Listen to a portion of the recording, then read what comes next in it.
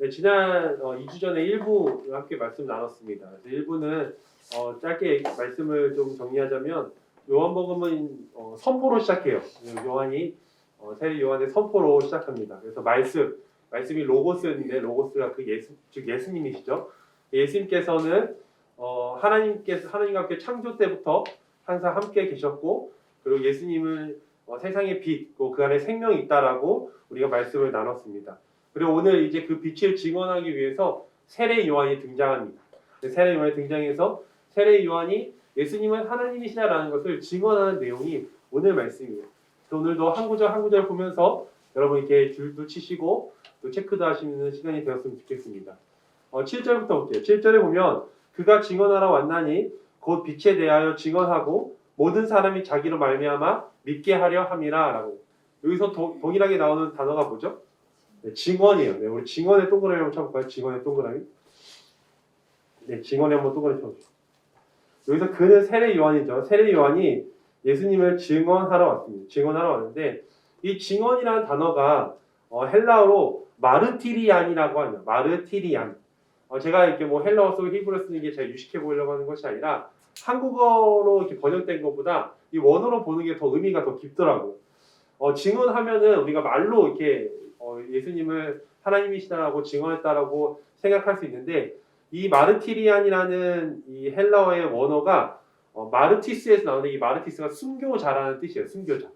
즉 이 말은 뭐냐면 세례 요한이 단순히 말로만 예수님을 증거하는 것이 아니라 순교하는 거죠. 목숨을 다해서 예수님을 증거하고 예수님이 하나님이라는 것을 증언했다는 거예요. 죽음을 무릅쓰는 증언이었습니다. 목숨을 걸면서 이렇게 증언했던 세례 요한의 마지막 생애가 어떻게 끝나는지 아십니까? 세례 요한이 헤롯 왕에 의해서 감옥에 갇혀있어요. 감옥에 갇혔는데 왜 갇혔냐면 헤롯 왕이 그때 이렇게 헤로디아 아내가 있었는데 그 둘이는 이복 동생이었어요. 그래서 세례 요한은 이건 잘못된 거다. 이복 동생이 잘못된 거다. 회개를 촉구하고 이렇게 하다 결국에 감옥에 갇히게 됩니다. 감옥에 갇히게 되는데 한 잔치에서 그 헤로디아 그 아내의 딸이 춤을 춰요. 잔치에 춤을 추는데 그 헤롯 왕이 너무나 기쁜 거예요. 그래서 그 딸에게 너의 소원이 무엇이냐? 내가 소원 하나 들어주겠다라고 해요. 그때 그 딸이 이제 자기 엄마한테 물어보는 거예요. 엄마는 어떤 소원을 할까? 그랬더니 그 엄마에게는 그 세례 요한이 너무나게 거슬린 거죠. 그래서 그 딸에게 그렇게 주문합니다. 세례 요한의 머리를 달라고 아빠한테 요구를 해라. 그래서 세례 요한이 그렇게 생애를 마감하게 됩니다. 그래서 어떤 분은 세례 요한의 그 생애를 이렇게 얘기하더라고요. 오직 복음만 전했던 요한의 삶은 무거웠고 그의 죽음은 가벼웠다라고 얘기하더라고요. 우리 요한처럼 생명을 내어줄 수 없지만 그렇게 말로만 증언하는 것이 아니라 우리의 삶을 통해서 예수님이 하나님이시라는 걸 증언하는 삶을 살기 소망합니다. 말로만 전하는 것이 아니라 제가 반복해서 말씀드리잖아요. 세상 사람들은 복음을 듣고 싶어 하지 않고 복음을 보고 싶어 합니다. 그래서 우리가 정말 예수님이 하나님이시라는 것, 예수님이 예수 그리스도 우리의 삶의 주인이라는 것을 여러분이 말뿐만 아니라 삶으로 증언하는 삶을 사는 여러분이 되길 소망합니다. 또 7절에 보면 모든 사람이 자기로 말미암아 믿게 하려 함이라. 우리 자기로 말미암아 믿게 하려 함이라 밑줄 한번 그어볼까요? 여기서 모든 사람은 다 믿는 것은 아니에요. 빛을 거부하는 사람도 있고 빛을 받아들이는 사람도 있었어요. 근데 여기서 자기로 말미암아 믿게 하려 함이라가 좀 제가 여기서 좀 묵상하게 되었는데요. 믿음 생활하면서 우리는 이런 질문을 많이 받게 됩니다. 언제 예수님을 만났나요? 언제 예수님을 만났는지 또 언제 믿음 생활했는지를 물어봐요. 그러면 두 가지의 분류로 나눕니다. 첫 번째 분류는 부모님의 신앙을 받아서 모태신앙으로 이제 부모님께서 주신 믿음의 유산을 가지고 신앙생활을 하는 사람이 있고, 두 번째는 누군지 모르지만 친구인지 가족인지 지인인지 모르지만 누군가를 통해서 전도되어서 신앙생활을 하는 삶을 살게 돼요. 그 두 가지의 이제 신앙의 출발점이 있는데요. 어떻게 시작을 했던 누군가의 전도로 인하여서 누군가가 예수 그리스도를 전함으로 우리의 믿음 생활이 시작되었다는 거예요. 개역개정에서는 자기로 말미암아라고 나와 있는데요. 다른 성경에 보면 자기로 인하여, 또한 영어 성경에 보면 자기를 통하여 하나님을 믿었다라고 얘기를 합니다. 우리는 누군가를 통해서 예수 그리스도를 믿은 거예요. 그렇기 때문에 나의 노력으로 인해서 내가 믿었다, 내가 열심히 해서 하나님 믿었다는 것이 아니라 하나님께서 누군가를 통해서 주신 선물이라는 거죠. 그래서 에베소 2장 8절을 이렇게 기록하고 있어요. 우리 함께 같이 읽어볼까요? 시작. 너희는 그에게 의하여 믿음으로 말미암아 구원을 받았으니 이것은 너희에게서 난 것이 아니라 하나님의 선물이라 라고 나와 있어요. 은혜는 하나님의 선물이에요. 그렇기 때문에 9절에서 뭐라고 얘기하냐면 행위에서 난 것이 아니니 이는 누구든지 자랑하지 못하게 함이라 라고 나와 있어요. 이 은혜는 영원한 생명은 하나님께서 우리에게 주신 선물이지 내가 무언가 노력을 해서 내가 무언가를 열심히 해서 받은 것이 아니에요. 어떤 분 이걸 이렇게 얘기하더라고요. 복음은 영원한 생명은 achieve가 아니고 receive라는 거예요. 내가 무언가 많이 해서 성취해서 이뤄낸 것이 아니라 하나님께서 누군가를 통해서 주신 선물을 우리가 그것을 받아 누리며 나아가는 거예요. 믿음은 은혜입니다. 또한 선물이에요. 여러분 뭔가 대가를 바라고 주는 것은 뇌물이라고 합니다. 그런데 이 은혜는 대가를 지불해서 그 생명을 지불해서 주신 하나님의 선물이라는 거예요. 다른 한편으로는 우리가 누군가에 의해서 믿음 생활을 시작했다면 이제는 우리를 통하여서 나를 통하여서 누군가가 믿음 생활을 시작할 수 있는 그런 삶을 살았으면 좋겠어요. 5월 28일 날 새생명 축제가 있습니다. 새생명 축제를 통해서 우리가 어둠의 길로 가고 있는 자들에게 빛을 비춰주는 여러분에게 소망이에요. 세상 사람들이 예수님을 믿지 않고 어떻게 보면 이렇게 말하겠지만 무시하는 이유가 뭔지 아십니까? 제가 어디서 들었는데 되게 의미 있는 말인 것 같아요. 세상 사람들이 예수님을 무시하는 이유는 무지해서 그런 거예요. 예수님을 알지 못해서예요. 우리가 예수님을 알려줘야 된다. 우리가 예수님을 알고 있는 우리가 예수님을 전하고 예수님이 어떤 분인지를 여러분이 말로써 또 행동으로써 표현해야 돼요. 제가 좋아하는 축구 선수 중에 이영표 선수가 있는데요. 이영표 선수가 너무나 의미 있는 말을 했습니다. 많이 들어보셨을 거예요. 이영표 선수가 이런 말을 했습니다. 진리는 아는 자가 진리를 모르는 자 앞에서 내 침묵은 죄다라고 얘기했어요. 진리를 아는 자가 우리가 예수 그리스도가 우리의 삶의 주인이시고 우리의 구원자이심을 그 진리를 알고 있는데 그 진리를 모르는 자 앞에서 침묵하는 것은 좀 심하게 얘기하는 것이지만 죄라고 얘기하는 거예요. 이것처럼 우리가 예수 그리스도의 진리를 아는 자들이 예수님을 증언하고 삶으로 말로 여러분이 많이 알려줬으면 좋겠어요. 그래서 예수님을 모르고 무지한 가운데 무시해서 사망의 길로 가는 자들에게 예수 그리스도를 알려주고 그 빛이신 예수 그리스도를 빛으로 비춰주는 여러분 되길 소망합니다. 우리 8절 한번 볼까요? 8절 그는 이 빛이 아니요 이 빛에 대하여 증언하러 온 자라 라고 얘기하고 있습니다. 요한복음 저자는 사도 요한이에요. 사도 요한은 세례 요한에 대해서 다시 한번 세례 요한이 어떤 사람인지를 다시 한번 언급하고 있어요. 8절에 보면 그는 이 빛이 아니라고 해요. 세례 요한은 빛이 아니고 이 빛에 대하여 증언하러 온 자라고 다시 한번 얘기하고 있습니다. 왜 이렇게 얘기하냐면 많은 사람들이 오해를 했습니다. 어떤 오해를 했냐면 세례 요한이 너무나도 뭐 세례도 베풀고 많은 것도 얘기하니까 우리가 기다렸던 메시아가 바로 세례 요한이 아닐까? 라고 그런 오해가 있었어요. 그래서 누가복음에 보면 이런 말씀이 있어요. 백성들이 바라고 기다림으로 모든 사람들이 요한을 혹 그리스도이신가 신중에 생각하니 라고 해요. 사람들이 기다렸던 그 메시아가 세례 요한이 아닐까? 세례 요한이 아닌가? 사람들이 그렇게 생각하고 고민했다는 거예요. 세례 요한 역시 자신이 메시아가 아니며 내 뒤에 올 그분은 예수님은 내 신발끈조차 풀기도 감당하지 못하겠다라고 고백하고 있습니다. 이 부분을 준비하면서 제 자신이 가장 많이 생각났어요. 믿음 생활하면서 또 사역자로 살면서 사람들의 인기를 얻고 또 사람들의 또 이렇게 존경심을 받을 때 내가 예수님을 가리는 사람이 되지 않을까. 사람들이 그런 칭찬을 받을 때 내가 그 칭찬에 기뻐서 예수님을 전하는 것이 아니라 내 자신을 전하고 이렇게 가다 보면은 이단에 빠지게 되고 교주가 되는 거예요. 예수님을 전하는 것이 아니라 본인이 메시아다라고 고백하는 것이 말도 안 되는 얘기하는 것이 바로 이단이고 이 세상에 많은 이단들이 그런 교주에 빠지고 있습니다. 믿음의 조상인 바울과 바나바도 이런 비슷한 상황이 있었어요. 바울과 바나바가 기적을 행하고 선교회를 하면서 많은 사람들에게 이렇게 존경을 받으니까 사람들이 뭐 제우스가 아니냐, 뭐 우리의 신이 아니냐라고 얘기를 합니다. 그때 바울과 바나바가 했던 행동이 있어요. 어떻게 반응했냐면 사도행전 14장 14절에 이렇게 기록하고 있어요. 두 사도 바나바와 바울이 듣고 옷을 찢고 무리 가운데 뛰어들어가서 소리를 질렀어. 사람들이 자기들을 막 신격화하니까 옷을 찢으며 사람들에게 들어가서 소리를 질렀습니다. 어떻게 외쳤나요? 우리 15절 같이 읽어볼게요. 시작.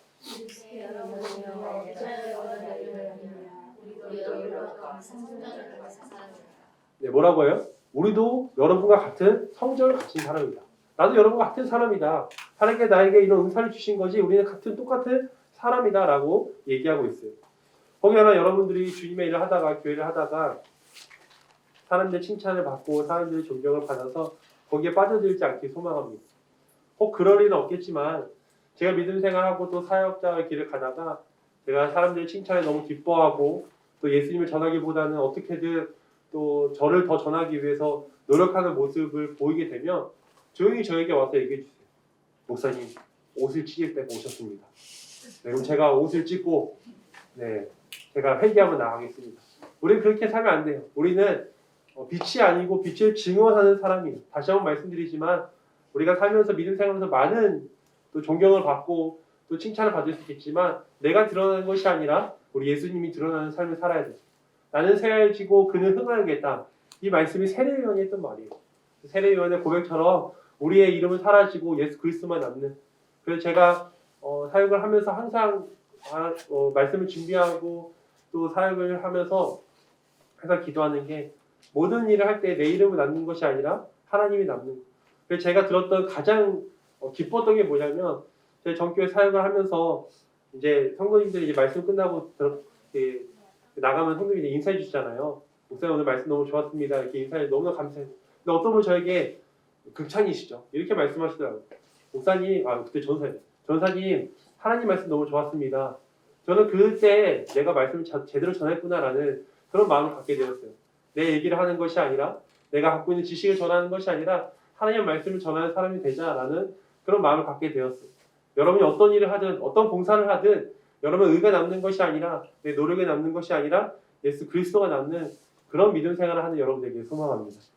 9절 한번 봅시다. 9절 참 빛 곧 세상에 와서 각 사람에게 비추는 빛이 있었나니 우리 참의 동그라미 쳐볼까요? 참? 예수님은 본인을 소개할 때 참이라는 단어를 사용하셨어요. 그래서 요한복음을 보면 참떡이 있고 또 참 포도나무 이렇게 앞에 참이라는 단어를 사용하셨습니다. 참의 반대가 뭐죠?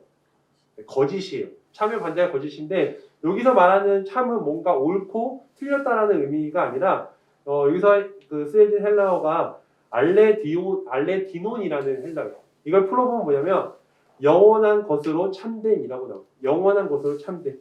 그래서 참빛, 참떡, 참포도나무 이것은 시간이 지나면 썩는 것이 아니라 시간이 지나면 없어지는 것이 아니라 영원한 것으로 참되는 것이에요. 우리 예수 그리스도는 예수님은 본인을 참빛이라고 표현하고 나는 참떡이다. 그리고 나는 참포도나무다 라고 말씀하셨는데 이것은 일시적으로 잠깐 왔다 가는 것이 아니라 영원히 우리와 함께하고 영원히 없어지지 않는다는 것을 얘기해주고 있어요. 그리고 더 나아가서 우리 뒷부분에 세상에 와서 밑줄 한번 쳐보세요. 세상에 와서. 단순히 빛이신 예수님께서 하늘에서 어두운 세상에 비추신 것이 아니라 이 땅에 오셔서 함께 하셨다는 것. 이 땅에 오셔서 세상의 빛이 되어 주셨다는 것입니다. 참 빛, 영원히 꺼지지 않는 그 빛을 여러분은 믿고 나가는 여러분에게 소망이에요. 10절과 11절 우리가 같이 한번 보려고 해요. 10절과 11절은 좀 같이 봐야 되는데요. 10절을 보면 그가 세상에 계셨으며 라는 그 곳과 자기 땅에 오매라는 곳에 밑줄 쳐보세요. 10절과 11절은 비슷한 내용이에요. 그가 세상에 계셨고 또 자기 땅에 오매. 앞에 9절에서 봤듯이 세상에 와서랑 약간 비슷한 의미. 그래서 세상에서 예수님께서 이 땅에 오셨을 때 그냥 비춰주신 것이 아니에요. 제가 이것을 좀 준비하면서 뭔가 이미지로 보여주고 싶었는데요. 여러분 한번 상상해 보세요. 이 안에 이렇게 상자가 있어요. 상자가 있는데 상자가 있으면 이 안에 어두울 거 아니에요. 근데 이 상자 안에 어두움을 밝히기 위해서는 이 밖에서 막 빛을 쏴도 그 상자 안이 밝혀지는 것이 아니에요. 그 빛이 그 상자 안으로 들어가야 된다는 거예요. 이것처럼 예수님께서 하늘에서 빛을 비춰주신 것이 아니라 직접 이 땅에 내려오셨다는 거죠. 직접 이 땅에 오셨다는 거예요. 그 빛이 사람이 돼서 이 땅에 오셨어요. 그리고 뒷부분에 그를 알지 못하였고 밑줄 쳐주시고 그다음에 11절에 영접하지 아니하였으나 라고 밑줄 쳤어요. 비슷한 말씀이죠. 예수님께서 이 땅에 오셨고 빛으로 오셨는데 사람들이 그를 알지 못하였고 또 영접하지 않았다라고 얘기해요. 여기서 알지 못하였다라는 것이 뭐냐면 지식적인 개념이 아니라 관계적인 개념이에요. 사람들은 예수님에 대한 이름 그리고 사람들이 말하는 그 예수님이 누군지는 알고 있었어요. 하지만 그 예수님의 관계적으로 어떤 분인지 몰랐던 거죠. 이게 이 애가 맞는지 모르지만 여러분은 제 아내를 알고 있어요. 뭐 식당에 가다 보면 저 자매가 이 목사님, 사모님의 아내라는 것을 알고 있어요. 그것은 우리가 개념적으로, 지식적으로 알고 있는 거예요. 근데 제가 아내를 알고 있는 것은 지식적으로 단순히 외형적으로만 알고 있는 것이 아니라 관계적으로 알고 있는 거예요. 왜냐하면 아내와 제가 살고 있기 때문에 아내에 대해서 더 깊이 알고 있는 거죠. 예수님이라는 이름, 예수님이라는 것은 4대 성인 중에 한 명이다라는 것을 알고 있는 것이 아니라 또 예수님의 이름으로 그냥 단순히 알고 있는 것이 아니라 베드로가 고백했던 것처럼 주는 그리스도시요 살아계신 하나님의 아들이라고 여러분의 관계적인 고백이 있어야 된다는 거예요. 예수께서 제자들을 부르셨습니다. 제자들을 부르셨을 때 제자들 처음에 예수님 어떻게 불렀냐면 랍비라고 불렀어요. 랍비. 랍비는 선생님입니다. 선생님. 그때는 개념적인 지식적인 관계였어요. 그러니까 예수님이 선생님, 사람들이 많은 사람들이 예수님을 선생이라 불렀기 때문에 제자들도 예수님을 선생이라 불렀어요. 그래서 성경에 보면 제가 다음 시간에 더 깊이 나누겠지만 처음에 만났을 때 예수님을 선생으로 랍비라고 불렀던 제자들이 시간이 좀 지나더니 주님이라고 부릅니다. 메시아라고 부릅니다. 이것이 서로 관계가 되고 서로 시간을 보내고 서로 함께 뭔가 나눴더니 이분이 선생이 아니고 정말 그리스도시구나. 우리가 기다렸던 그 메시아구나라는 것을 관계적으로 서로 가까이 된 거예요. 이것처럼 여러분들이 지식적으로 예수님을 아는 구글에 치면 예수님에 대해서 정말 많은 지식들이 나와 있어요. 그 머리로 아는 것이 아니라 마음으로 알아가 나아가는 여러분에게 소망합니다. 영접하지 아니하였느냐 여기서는 빛의 특징은 두 가지가 있어요. 햇빛이 비쳤어요. 햇빛이 비치면 그 햇빛이 싫어서 뭔가 그늘이나 건물로 그것을 피해서 들어가는 사람이 있어요. 또 어떤 사람은 그 햇빛을 온전히 받아들이는 사람이 있습니다. 이것처럼 예수님이 이 땅에 오셨을 때 참 빛이라고 그 세례요한이 선포했을 때 그 빛을 받아들이는 사람이 있었고 그 빛을 거부하는 사람이 있었어요. 아까도 얘기했지만 세상 사람들이 예수님을 거부하는 이유는 하나예요. 몰랐어요. 무지해서 무시하는 거예요. 우리는 예수님을 알고 있어요. 그런데 때로는 우리가 너무나 예수님을 그냥 표면적으로 알고 있어요. 우리가 예수님을 깊이 알기 소망합니다. 그래서 호세아 선지자가 얘기했던 것처럼 우리 예수님을 알 때 그냥 알아서는 안 돼요. 호세아 1장 3절처럼 이 마음을 가지고 알아야 합니다. 우리 호세아 1장 3절 같이 한번 읽어볼게요. 시작. 우리가 여호와를 알자. 힘써 여호와를 알자. 네, 우리가 여호와를 알 때 그냥 아는 것이 아니라 힘써 알아야 돼요. 여러분 힘써서 여호와를 알기 소망합니다. 저희 개인적인 광고일 수 있겠지만 내일 고린도전서 개관이 있습니다. 제가 하죠. 네, 그래서 여러분들이 이렇게 교회에서 여러분에게 조금이나마 예수님에 대해서 알리기 위해서 성경 강좌를 열고 또 여러 가지 또 제자반 사역반을 할 때 이게 열 때 그냥 무시하지 말고 그걸 통하여서 예수님을 더 알아가는 여러분들에게 소망합니다. 저희 교회뿐만 아니라 수많은 곳에서 예수님을 알리기 위해서 많은 프로그램들이 있어요. 그리고 여러분 스스로 예수님을 알기 위해서 큐티를 하시고 말씀을 읽으시고 온 바이블 하시고 미라클 모임을 통해서 예수님을 힘써 아는 여러분들에게 소망합니다. 그래서 무지한 사람들에게 그 예수님을 알려주는 여러분들에게 소망이에요. 이제 12절부터는 위대한 반전이 일어납니다. 12절 너무나 중요한 말씀이기에 우리 같이 한번 읽어봅시다. 시작. 영접하는 자 곧 그 이름을 믿는 자들에게는 하나님의 자녀가 되는 권세를 주셨으니 너무나도 많이 들어본 말씀이에요. 너무나도 유명한 말씀. 근데 제가 여기서 이 말씀 묵상하면서 한 가지 찾아낸 단어에 그 특별한 의미가 있는데요. 이 앞에 영접하면 동그라미 전체 밑줄 보고 영접. 이 영접이라는 단어가 11절에 나와요. 11절에 영접하지 아니하였다라고 얘기하고 12절에 영접하는 자라고 얘기해요. 근데 우리가 한국말로는 이 영접이라는 단어가 동일하게 영접 써있지만 이 원어에서는 다른 의미로 쓰여졌다고 합니다. 이 11절의 영접은 팔라 람바노라고 이 그 복수, 그러니까 단체적으로 믿는, 단체적 영접하는 의미로 쓰여졌고, 그냥 이 12절에는 그냥 람바노, 개인적인 영접이라고 얘기해요. 주님과의 인격적인 만남을 얘기하고 있어요. 믿음 생활을 하다 보면 예수님 언제 믿었어요? 라는 그 질문과 그 뒤에 이어져 있는 질문이 뭐냐면 언제 예수님을 인격적으로 만났습니까? 라는 질문이에요. 제가 이 질문에 저는 고등학교 2학년 때 수련회 통해서 예수님을 인격적으로 만났다고 얘기합니다. 예수님을 그때 인격적으로 1대1로 만나서 주님을 영접했어요. 17년 동안은 그냥 믿음 생활을 했던 것 같아요. 그냥 모태신앙으로서 믿음 생활, 신앙생활을 하고 있다가 정말 그 고등학교 2학년 때 하나님 인격적으로 만나서 제 삶이 변화되었어요. 제가 청년 그 초창기 때만 해도 청소년 집회나 청년 집회 이런 큰 집회 가면 뭘 많이 했냐면 이 목사님이 다 설교를 하시고 나서 기도해야 하고 그 구원 초청인가 영접 초청하는 시간이 있었어요. 그래서 불 다 꺼놓고 막 음산하게 만든 다음에 예수님은 주님을 인격 믿는 자들은 뭐 잘 일어나세요라고 하면 막 제가 간서인데 뒤에서 막 숫자를 세고 그래서 그 해에 숫자가 많으면 성공했다 막 이렇게 그게 뭐 틀렸다는 것이 아니에요. 근데 저도 청소년 때 그런 자리에서 저도 모르게 그냥 친구 옆에 일어나니까 나도 모르게 일어날 때가 있었어요. 내가 안 일어나면 뭔가 믿음이 부족해 보일 것 같고 그렇게 살다가 고등학교 2학년 때는 정말 주님을 인격적으로 만나고 싶은 거예요. 그래서 그 수련회 때 그 새벽에 제가 기도원 그 꼭대기에 그 기도실에 혼자 찾아가서 거기서 람바노 정말 예수님과 저와의 1대1 그 인격적인 만남을 통해서 예수님을 영접했습니다. 전 여러분이 예수님을 정말 간절히 찾길 소망해요. 많은 무리들 가운데 그냥 누가 믿으니까 나가 따라서 딸려가는 것이 아니라 또 예수님이 인격적으로 1대1로 만나 인격적인 만남을 있길 소망합니다. 간절히 찾는 자는 주님을 만난다고 잠언에서 말하고 있어요. 잠언 8장 17절 나를 사랑하는 자들이 나의 사랑을 입으며 나를 간절히 찾는 자가 나를 만날 것이니라. 여러분 하나님을 간절히 찾길 소망합니다. 그래서 정말 모든 사람들이 그냥 분위기 따라서 믿는 것이 아니라 정말 주님과 1대1로 인격적인 만남을 통하여서 주님을 영접하는 여러분 되길 소망이에요. 그리고 12절에 보면 너무나도 제 눈에 왔던 단어 하나님의 자녀, 동그랗게 하나님의 자녀. 우리가 영접하면 다른 것이 아니라 하나님의 자녀가 된다는 거예요. 내가 예수님을 믿으면 예수님을 영접하면 돈이 많아집니다. 그리고 뭐 출세합니다. 뭐 사업이 잘 됩니다가 아니라 하나님의 자녀가 된다는 거예요.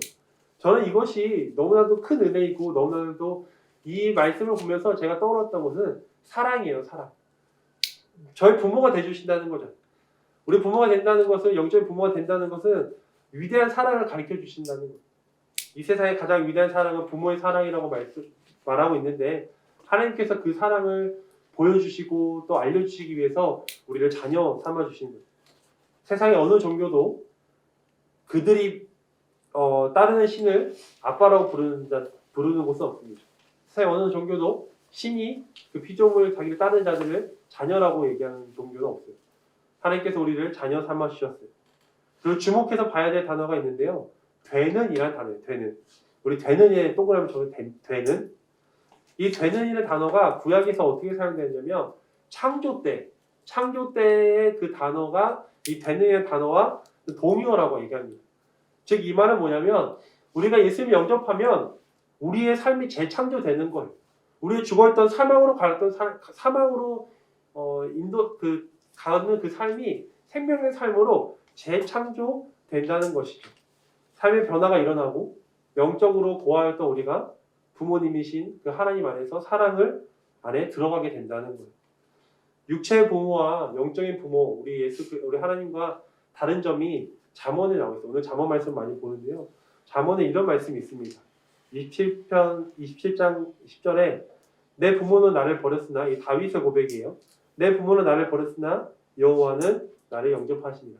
세상의 부모는 때로는 자녀를 버릴 수 있어요. 하지만 영적인 부모이신 우리 하나님은 여러분을 절대 포기하지 않으신다는 것을 명심하게 소망합니다. 우리는 영접하면 하나님의 자녀가 되어요. 뭔가 일이 잘 되는 것이 아니라 하나님의 자녀가 된다는 것에 여러분 기뻐하고 감사하는 여러분 되길 소망합니다. 우리 13절 봅시다. 이는 혈통으로나 육적으로나 사람의 뜻으로 나지 아니하고 오직 하나님께로부터 난 자들이다. 혈통, 육정, 사람의 뜻, 동그라미 이 세 가지. 우리가 영접하고 하나님의 자녀가 되고 하나님의 그 은혜를 받는 것은 혈통. 이 혈통은 어떤 걸 의미하냐면 모태신앙이에요. 우리가 믿음으로써 부모의 믿음으로써 생겨난 것도 아니고 그래서 결국 이와 세례를 하면 나중에 교리라는 것을 하고 다시 본인의 신앙을 고백하잖아요.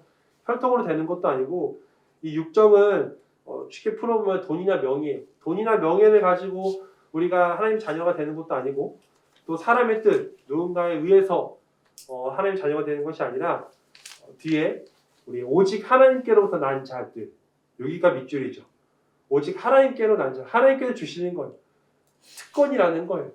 그래서 여러분들이 하나님의 자녀가 되는 것은 은혜이고 특권이라는 것입니다. 그래서 누군가 부모가 물려주신 것도 있지만 나의 고백으로 다시 하나님의 자녀로 나아가야 되는 거고요. 돈이나 명이나 내가 무엇을 많이 갖고 있는 것이 아니라 우리가 믿음으로 나아가는 여러분에게 소망입니다. 또한 누군가 어떤 사람에 의해서 우리가 하나님의 자녀가 되는 것이 아니라 예수 그리스도를 통하여서 우리가 하나님께 나아간다는 거죠. 이것은 하나님의 선물이자 은혜예요. 우리 14절 또 너무나 중요한 말씀이기 때문에 우리 14절을 같이 한번 읽어볼게요. 시작. 말씀이 육신이 되어 우리 가운데 거하심에 우리가 그의 영광을 보니 아버지의 독생자의 영광이요 은혜와 진리가 충만하더라. 네, 너무나도 또 중요한 말씀. 말씀이 육신이 되어. 이 말씀이 육신이 되어. 이 말씀의 단어가 1절에서 나와 있잖아요. 예수님이 인간의 몸으로 이 땅에 오신 거예요. 그래서 여러분들 많이들 들어보신 단어 성육신. 신이신 예수님께서 하나님께서 이 땅에 인간의 몸으로 오셨다는 거예요. 근데 어떤 분은 오해하더라고요. 어떤 오해를 하냐면 신이었던 예수님이 잠깐 신의 자리를 내려놓고 인간으로 오셨다는 거예요. 그래서 신성을 내려놓고 인간으로 오셨다. 근데 예수님께서는 이 땅에 인간으로 오시면서 신성과 인성을 같이 가지고 계셨어요. 그래서 성경에 보면 예수님께서 많은 기적들을 행하시고 사람들이 할 수 없는 많은 기적들을 행하시는 그 신성을 볼 수 있고 인성을 볼 수 있는 건 뭐냐면 예수님께서 눈물을 흘리셨고 또 아파하셨고 이런 거 우리가 인간이 느낄 수 있는 그런 감정들도 예수님께서는 또 피곤하셨다라고 말씀하세요. 다 느꼈다는. 그래서 여러분들이 예수님께서 말씀이 육신에 이 땅에 오신 그 성육신하신 예수님이 신성과 인성을 다 가지고 계십니다. 가장 우리 예수님과 인간이 다른 점은 뭐냐면 죄가 없으신 분이죠. 예수님은 죄가 없으신 분이에요. 너무나 잘 아는 말씀. 가늠하다 잡힌 여인을 사람들이 다 돌로 쳐 죽이려고 했을 때 예수님 뭐라고 해요? 이 중에 죄가 없는 자들 돌로 던져라. 그러니까 사람들이 다 갔어요. 근데 누구만 남았어요? 가늠한 여인과 예수님만 남았어요. 거기서 볼 수 있어요. 예수님은 죄가 없으신 분이라는 것을 우리가 알 수 있습니다. 그리고 더 나아가서 또 우리가 멈춰서 봐야 되는 것이 거하심이에요. 거하심. 우리 거하심에 한번 동그라미 쳐볼까요? 우리 가운데 거하심에. 이 거하심의 단어가 참 의미가 깊더라고요. 헬라어로 에스케노센이라고 얘기하는데요. 천막을 치다, 그리고 천막에 살다라는 의미예요. 근데 이 거하심이라는 단어가 신약에서 거하심이라고 써있는데 이 구약에서 언제 사용됐냐면 구약의 그 출애굽기 때 사용이 되었다고 합니다. 출애굽기의 40장 34절에 그 후에 구름에 회막이 덮이고 여호와 영광이 성막에 충만하매 라고. 그래서 회막에 구름이 덮이다. 이 덮이다는 그 단어와 이 거하심의 단어가 동의어라고 해요.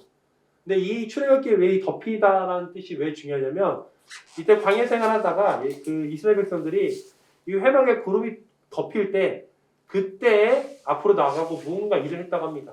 이 말은 뭐냐면 예수님이 그들과 함께 할 때 이스라엘 백성들이 어떤 일을 하고 전진했다는 거예요. 이 거하심이라는 단어는 뭐냐면 우리와 예수님께서 함께 하신다는 거예요. 말씀이 육신이 되어 우리 가운데 거하심이라는 뜻은 말씀이 육신이 되어 이 땅에 오셔서 나와 함께 살겠다라는 것이죠. 우리와 함께 삶을 살겠다는 거예요. 예수님은 잠깐 왔다 가는 나그네가 아니고 손님이 아니에요. 여러분과 함께 하고 싶어하고 함께 살고 싶어하는 분입니다. 우리 믿음 생활하면서 이벤트성으로 믿음 생활하지 않았으면 좋겠어요. 우리의 그 믿음 생활은 뭔가 하나의 이벤트성으로 나아가는 것이 아니라 경험으로 나아가는 것, 삶으로 나아가는 것. 또한 이 하나님과의 관계가 연애에서 끝나는 것이 아니라 결혼 생활까지 나아가야 돼요. 결혼 생활, 여러분 결혼을 지금 다 또 가정을 이루셨는데 결혼 생활 하다 보면 서로 사소한 부분까지 나누고 또 때로는 싸우기도 하고 때로는 용서하고 때로는 그 가운데 사랑하는 마음이 점점 커지는 거예요. 결혼식보다 중요한 건 결혼 생활이에요. 여러분들이 예수님을 만나는 그 순간도 중요하지만 그 순간 가운데 이제 어떻게 예수님과 함께 살아가는 것이 더 중요하다는 거예요. 그래서 예수님께서 말씀이신 예수님이 이 땅에 오신 가장 큰 이유는 우리와 함께 살기 위함입니다. 제가 이 말씀을 준비하면서 요한계시록 3장 20절 말씀이 떠올랐어요. 너무나도 잘 아는 말씀인데요. 예수님은 우리가 밖에서 문을 두드리세요. 그러고 나서 문을 열면 내가 그 안에 들어간다라고 말씀하세요. 우리 안에 들어오시는 거예요. 내 안에 거하시는 거예요. 근데 때로는 우리가 아직도 예수님을 문 밖에서 오는 비를 다 막게 하시는 그런 경우가 있습니다. 문 밖에 아직도 두드리고 계시고 그냥 음성은 듣지만 문 두드리는 소리 듣지만 우리가 반응하지 않는 경우가 있어요. 또한 잠깐 들어왔다가 손님처럼 다시 또 내보낼 경우가 있어요. 예수님 절대 손님이 아니라 우리의 주님이십니다. 손님이 아니고 주님이시라는 거예요. 그래서 우리가 영접한다는 것은 우리가 하나님과 예수님과 함께 산다는 거예요. 빨리 가겠습니다. 15절. 요한이 그에 대하여 증거하여 외쳐 가로되 내가 전에 말하기를 내 뒤에 오시는 이가 나보다 앞선 것은 나보다 먼저 계심이니라 한 것이 이 사람을 가리킴이라 하니라. 세례 요한과 예수님. 세례 요한이 이분은 나보다 먼저 계시다라고 얘기합니다. 그런데 제가 찾아보니까요. 세례 요한이 이거는 완전 정확한 건 아니지만 예수님보다 먼저 태어났다고 해요. 하지만 세례 요한은 예수님께서는 이미 본인보다 먼저 계셨다라고. 그래서 우리 지난번에 말했던 선제성, 예수님은 이전에도 계셨다는 것을 다시 한번 언급하고 있습니다. 16절. 네, 우리가 다 그의 충만한 데서 받으니 은혜 위에 은혜로라. 여기서 은혜 위에 은혜로라 밑주셔보세요. 은혜 위에 은혜로라. 이 은혜 위에 은혜로라가 은혜가 있고 그 위에 은혜가 덮였다 이 뜻이 아니에요. 이것을 좀 풀어보면은 대비, 대치 또는 대신이라고 얘기합니다. 즉 이 말은 뭐냐면 구약에서는 율법이 은혜였어요. 율법을 통해서 우리가 나아갔어요. 그런데 이제 신약에 오면은 예수 그리스도 그 율법의 완성으로 대체되었다는 뜻이에요. 그래서 은혜의 은혜로라라는 것을 좀 더 풀어보면 가장 큰 은혜라고 얘기해요. 그래서 이것은 구약의 그 은혜를 대신해서 그 구약 율법을 대신해서 예수 그리스도가 그것을 완성되었다는 뜻이에요. 17절을 보면 더 자세하게 우리가 알 수 있는데 17절을 보면 율법은 모세로 말미암아 주신 것이요. 이것 어떻게 보면 구약에 대한 율법에 대한 말씀이고 뒷부분은 은혜와 진리는 예수 그리스도로 말미암아 온 것이다. 그래서 신약에 와서 예수 그리스도로 우리가 은혜로 나아가는 여러분이 되어야 된다는 거예요. 그래서 구약에 있었던 일들, 구약에서 율법을 지켰던 일들이 신약에 와서는 지켜지지 않는다는 것이 아니라 완성된 거예요. 예를 들면 우리가 지난주가 고난주간이었죠. 예수 그리스도가 십자가에 달려 돌아가실 때 그때 동일한 시간에 일어났던 일이 뭐였냐면 성소와 지성소에 있는 그 휘장이 찢어진 일이에요. 예수 그리스도 십자가에 달려 돌아가는 순간 그 휘장이 찢어졌어요. 그걸 의미하는 건 뭐냐면 그때는 구약 시대에는 그 지성소, 하나님이 계신 곳은 아무나 들어갈 수 없었어요. 하지만 예수 그리스도를 통하여서 이제 누구나 들어갈 수 있다는 거죠. 그래서 여러분들이 구약의 율법에 머물러 있는 것이 아니라 예수 그리스도를 믿음으로 나아가는 여러분이 되어야 된다는 거예요. 마지막 18절 열심히 잘 달려왔습니다. 우리 18절을 같이 한번 읽어볼게요. 시작. 본래 하나님은 무상이 없을 때 아버지 품속에 있는 독생하신 하나님이 마지막 구절에도 엄청난 의미가 담겨있더라고요. 우리 아버지 품속에 있는 독생하신 하나님 밑줄쳐보세요. 아버지 품속에 있는 독생하신 하나님. 성자 예수님은 성부 하나님 아버지 품속에 계셨을 거예요. 그런데 이 하나님께서 그 품속에 계신 것이 아니라 이 땅에 오셨어요. 그리고 여기서 성부 하나님을 볼 수 있고 제가 여기서 묵상하는 건 뭐냐면 독생하신 예수님이 아니라 독생하신 하나님으로 표현하고 있어요. 이것은 제가 일부에도 얘기했듯이 하나님과 예수님은 동등하신 뭐가 더 높고 낮은 것이 아니라 동등함을 얘기하고 다시 한번 강조하고 있어요. 아버지의 품속. 예수님의 그 따뜻한 아버지의 품속에 있을 수 있었지만 그 동등함을 취할 수 있었지만 세상을 품기 위해 우리를 품기 위해 이 땅에 오셨다라는 거예요. 하나님은 세례 요한을 이 세상에 보낼 때 예수님을 증거하라고 보내셨을 거예요. 하나밖에 없는 독생자 아들 예수 그리스도 이 땅에 보내셨을 때는 이 세상을 품으라고 우리를 품으라고 죽음으로 가고 있는 그 사람들을 품으라고 예수님을 보내신 것이 아닐까라는 생각을 하게 되었습니다. 탕자의 비유를 보면 탕자가 뭐 정말 모든 걸 다 잃고 냄새 나고 저 멀리 있었지만 탕자가 저기 돌아왔을 때 아버지가 그 탕자를 보고 거리도 먼데 뛰어가서 뭘 했어요? 꽉 안아주셨어요.